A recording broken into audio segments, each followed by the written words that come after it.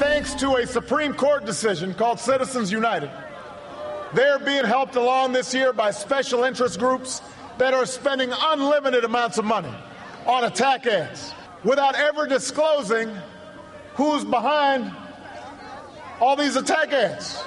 You don't know. It could be the oil industry, it could be the insurance industry, could even be foreign-owned corporations. That's not just a threat to Democrats, that's a threat to our democracy. That was President Obama back in October 2010. Today, the Obama re-election campaign officials confirmed that the president personally signed off on his campaign's decision to encourage Democratic donors to contribute money to pro-Obama super PACs. The president's views of the influence of the Citizens United decision haven't changed.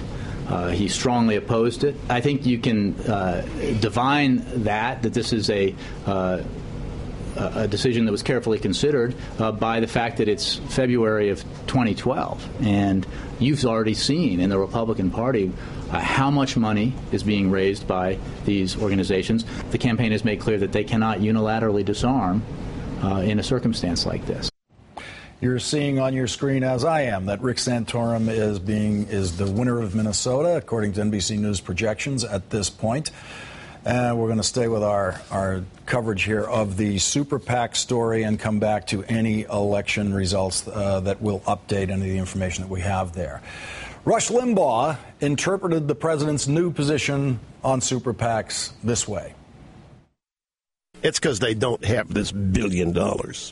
They don't have nearly the amount of campaign dollars they've wanted everybody to believe. So we got to win. Winning. We have to win. So if it takes super PACs to win, then we'll do super PACs. It's that simple. But we'll do whatever it takes to win. We're not being hypocrites. And they'll couch as well. There's two sets of rules out there now. I mean, the other side's doing super PACs. We're going to do super PACs. Yeah, well, the other side never said they opposed them.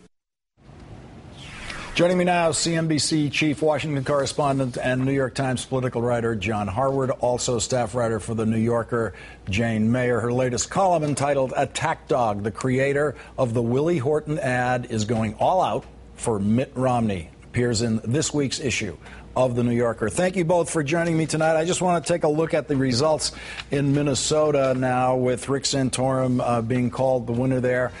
John Harwood, this seems to be the night that the Santorum campaign was able to stay alive.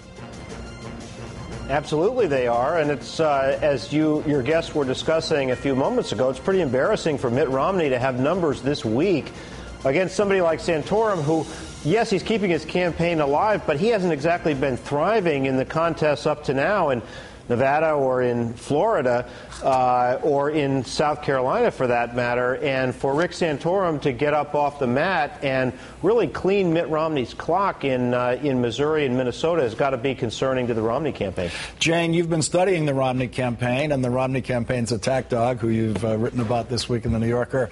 They tried to downplay these results today as if absolutely nothing was happening. There's nothing to pay attention to here. But here he is, the presumed front runner in a party that once they know who their presumed nominee is, the Republican voters have a way of getting on board with that. These Republican voters are extremely resistant to their front runner.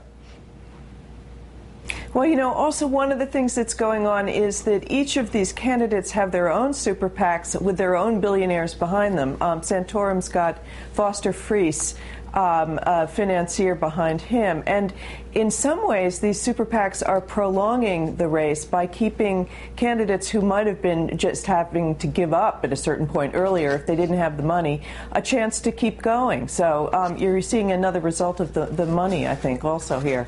John Harwood, what are we seeing in the president's position on super PACs? And my first question to you, John, about this is, why are we seeing it? Why did the president feel compelled to let it be known publicly that, yes, he acknowledges that the super PAC created for him last year that we all know about, he actually would be happy to see people contribute to that? Why not just let the word go out in the more, that put less of a focus on some sense of inconsistency in the president's position?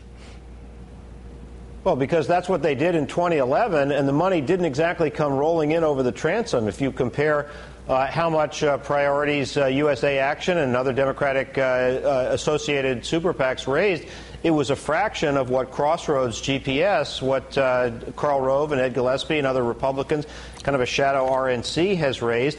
And Rush Limbaugh was right. They want to win the election. You know, people talk about Chicago-style politics. If there's one defining characteristic of Barack Obama and anybody else who runs for national offices, they want to win. And so they were serious about not unilaterally disarming. The only thing wrong in that clip that you played from Rush Limbaugh is Rush Limbaugh said, well, the opponents didn't say they oppose super PACs.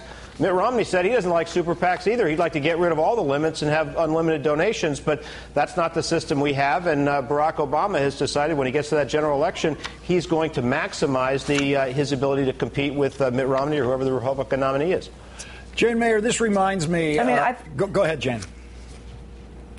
No, I was just going to say, I think John's totally right. I mean, they were just alarmed at the numbers when they saw them at the latest FEC filings. If you break it down, you get to something like 7 or 8 to 1 is the ratio for conservative group fundraising and in the super PACs against what the liberals have on, in their kitties. So they took a look at those numbers and they thought they better put out a message, I think, which is, send in those big checks.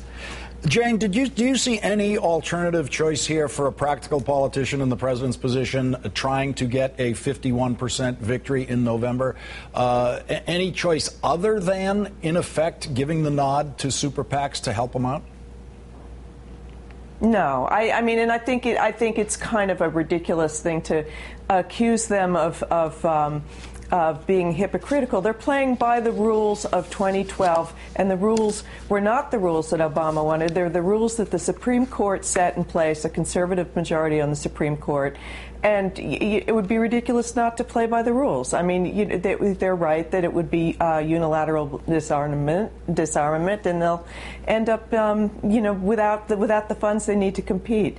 It's a whole new landscape out there. Go ahead, John.